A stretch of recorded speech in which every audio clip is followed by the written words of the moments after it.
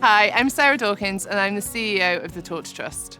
The Torch Trust has been in existence since 1959 and it has always been all about helping people have access to Christian resources, things that people like me who have normal vision take for granted. We want people with any form of visual impairment to have that same access that sighted people do.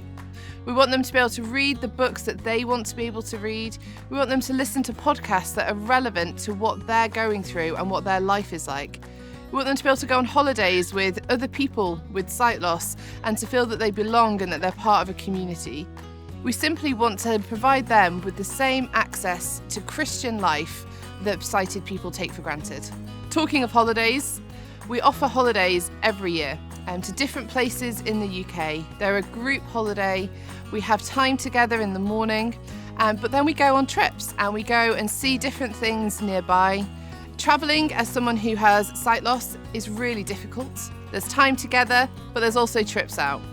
One I went on was to a stately home where I had the joy of watching people discover that stately home through touch. We also have production, so we produce Christian resources. We have books going out every day. We produce magazines and prayer guides. We have all of this happening here, but we also have a chaplaincy where people can phone and get some form of spiritual support. Just Ask is behind so much of what we do. We want people to know that they can call us and they can ask for it in a format that works for them. No visual impairment is the same, and so we want to offer a bespoke service. Everything we do is printed to order, so we're able to do that. People just need to ask. We have a client services team who take phone calls from people. Maybe they're people who are just starting to lose their sight, or maybe people who have lived with sight loss their entire lives.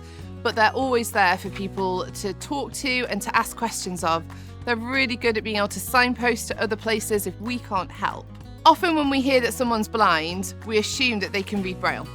But that's not the case. If you've lost your sight in later life, it's highly unlikely that you've learnt Braille. And so we need to be able to produce things for people to access resources in different ways. One of these is audio. We have volunteer readers who come and will read the latest books for people so that they can have it sent out to them on a USB stick or on a Daisy disc. We also have the Bible on USB sticks and Mega Voice devices, which are free for people to access. Anybody with sight loss can call up and say, I miss reading my Bible, or I want to read the Bible for the first time, and we will very happily send that out to everyone free of charge. Braille is the way that people who've been born blind or lost their sight as a child will primarily learn to read. That's the way in which they read books and newspapers. And so we want that to be the same for Christian resources. So everything we produce is available in Braille. So we have Bible reading notes, we have prayer guides, we have the Bible, we have Christian books. Whatever it is that somebody who reads Braille would like, we're able to produce for them. We also produce things in large print. If you lose your sight in later life, you probably don't read Braille. And there's a real joy in opening a book and being able to read it for yourself. Audio is great, but some people really miss being able to open a book.